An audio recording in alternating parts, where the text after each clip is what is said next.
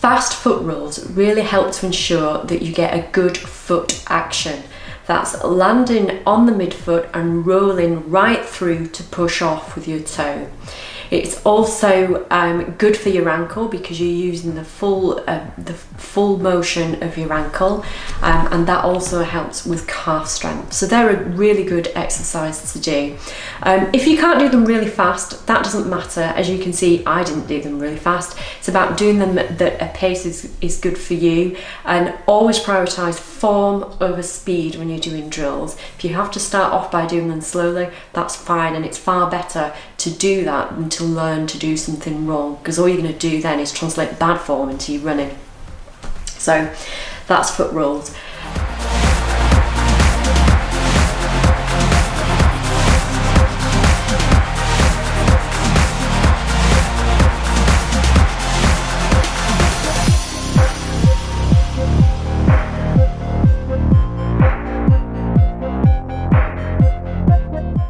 The next exercise is called marching men, and you start by simply marching slowly to practice the form of running. And what we're looking for is, in all drills, what we're looking for is a nice straight posture, nice straight back, neutral posture for your head. Then we're looking for right angles in the bent leg. So the knee bent at right angles, the foot at right angles to your shin, and your thigh of the leg that's raised parallel to the floor. What this does is it promotes that nice running form, and it also encourages you to engage your glutes, especially as you walk forward as you do it. The other action that you're practicing here is your running arms, the premium movement that your arms do when you run. This is sometimes called lips to hips because your fingertips start level with your lips and they finish level with your hips, and that's the action that we're trying to emulate when we run. Marching men then progresses into marching men with the heel raise. So this is great. All the marching men is good for balance. This obviously is a bit more challenging for your balance because you're rising onto your toe, you're lifting your heel off the floor and you're holding that for a second. That's also great for ankle stability as well, so it's a good one to put in there if you're looking to build up some ankle stability. So we're looking to keep all that form that we did in the marching men, but just add that little bit of an extra level of difficulty by raising the heel, and again making sure that you engage your glutes as you rise.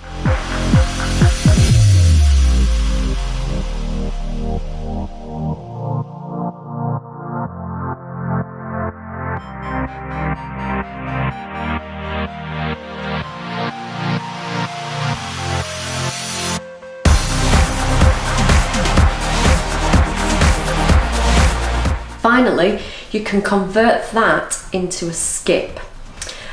So there you're practicing the roll through that you did in your foot roll through, you're practicing rising onto your heel and jumping, and then you're practicing driving the raised leg down so that you can rise up and skip again.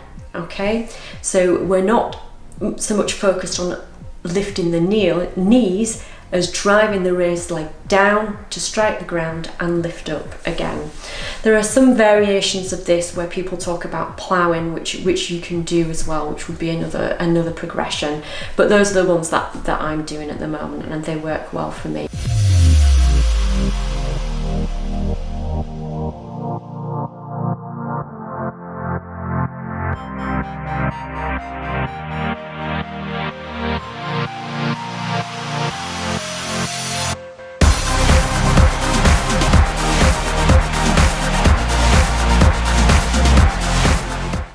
The next one that you see me doing is straight-legged run. So this exercise is great again for practicing landing on the midfoot rather than practicing landing on the heel. We don't want a heel strike because that's going to break you when you run. Not break you as in physically break you, but it's going to cause a braking action. So we're avoiding landing on the heel. So doing this straight-legged run, keeping yourself nice and straight, not leaning back, is a really good way to practice that nice nice forefoot tap onto the ground.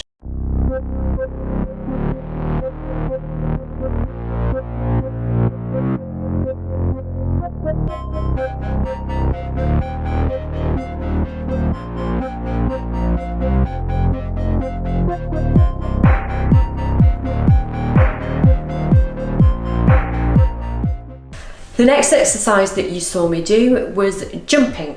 And what I was doing here again is I was practicing that nice foot roll through and a jump push off with the toe. And the other thing that I was practicing in this, as with the skips in actual fact, was sort of dropping the heel, not heel striking, but dropping the heel slightly so that I could stretch my calf muscle. If you imagine your calf a little bit like an elastic band, what I was trying to do is to stretch that elastic band, because once it's in tension, then as I pop up again, it's giving me a bit of energy in the same way that when you let go of an elastic band, it pops off, it has some kinetic energy and pushes away. So that's what I was trying to promote with the jumps. And again, once you feel confident with your jumps, you can progress that to a hop.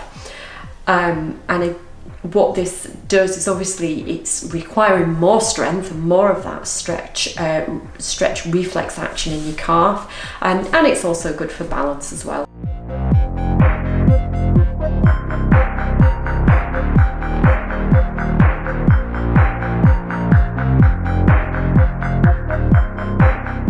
The other exercise that you saw me do was hamstring pistons. It really is about promoting the use of your hamstring in that drill. So if your hamstrings are weak, you'll feel them working and feeling tired.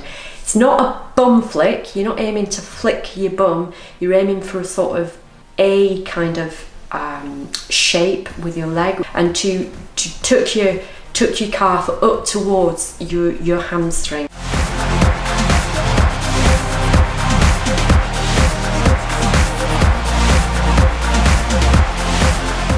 Another drill that I do is a hop and stick, and I do this mainly because I went over on my ankle quite badly in the summer, and my physiotherapist gave me this as an exercise to do, and I really like it. I like it because it's challenging and there's lots of different ways that you can do it, and I like it because it's promoting that ankle strength that I need.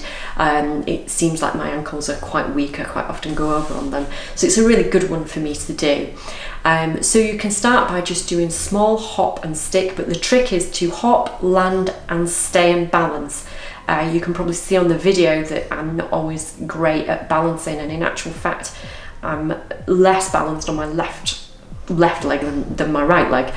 So it's a really good one for me to do because I actually find it difficult to do, and that's the point of them, to get good at them, but they are a challenge initially. So you can hop forwards, you can hop to the side, you can hop in multi-directions, you can vary the length of the hop. Obviously the smaller the hop, the easier it's going to be to balance. But I like this because it's something that I need, but I also like it because I think it translates really, really well to trail running, because effectively often that is what we're having to do. We're having to hop and stick. You might have to hop from one leg onto one little bit of rock, to hop and stick on another little bit of rock. Obviously we're doing it at quite a fast pace, but if you know that you can hop and stick with confidence, if you have to stop for any reason because your planned route, your planned line isn't working out, or another runner's come round you, you can do that without hurting yourself. So I really like that exercise.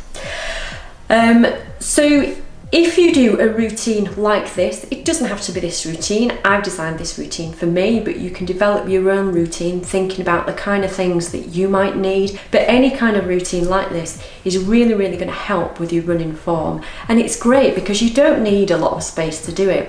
And I know that if I do those regularly, that's going to really help my running form, so that when I come back to running, I'm going to run better. I'm going to be getting more free speed because I'm going to be running more economically. I hope this has been a useful video for you. Do drop us a comment below if you wish, and if you want to see any of our other videos, hit the subscription button, and then you'll always know when we've done a new video, and you can look over some of our previous ones. I hope you have a good day. Thank you.